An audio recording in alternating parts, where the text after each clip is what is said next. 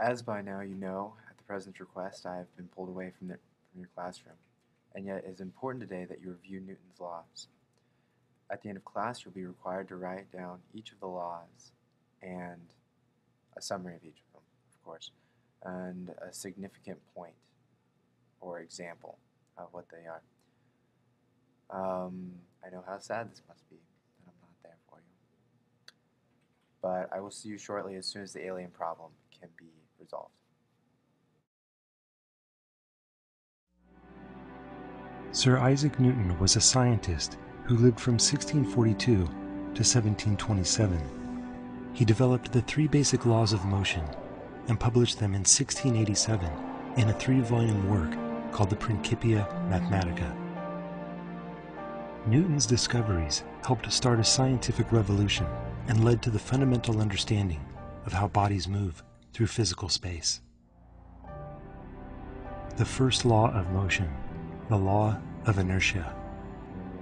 Objects will remain at rest or in a uniform motion in a straight line unless acted upon by an unbalanced force.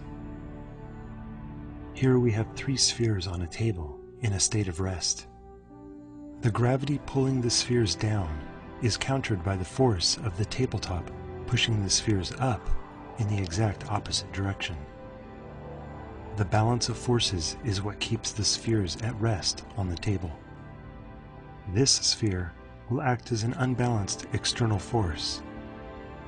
Without another force to counter its movement in the opposite direction, it becomes an unbalanced force acting on the other spheres.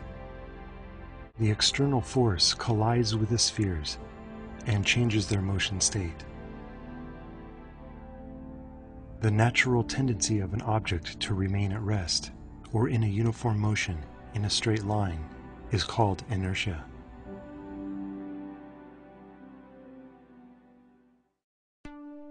The second law of motion, the law of force, mass, and acceleration. The acceleration of an object depends upon its mass and the magnitude of the force applied to it. When an unbalanced force acts upon an object, the motion of the object changes. The rate of this change over time is called acceleration.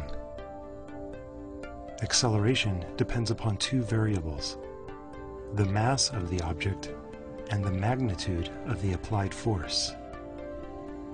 In this example, a 3D character represents a pulling force on a 50 kilogram mass.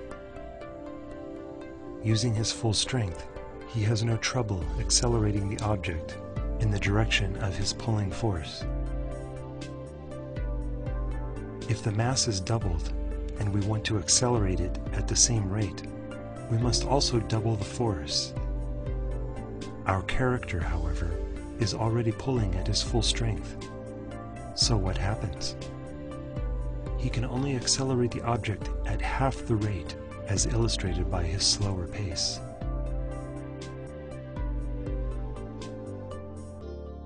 This relationship between force, mass, and acceleration is the source of one of the most important equations in physics. Force equals mass times acceleration.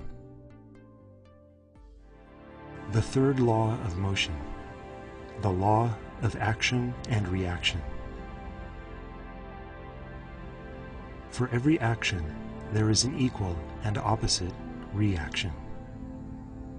A direct example of the third law is the rocket engine. Look at the hot gases streaming out of the shuttle's engines. If this is the action, what is the equal and opposite reaction? It becomes clear as the shuttle is propelled into the sky. The reaction to the gases escaping from the engine is the pushing of the spacecraft in the opposite direction. Everywhere you look, these laws are being followed by everything around you. With some extra awareness, you may begin to recognize your own use of these laws in your daily life.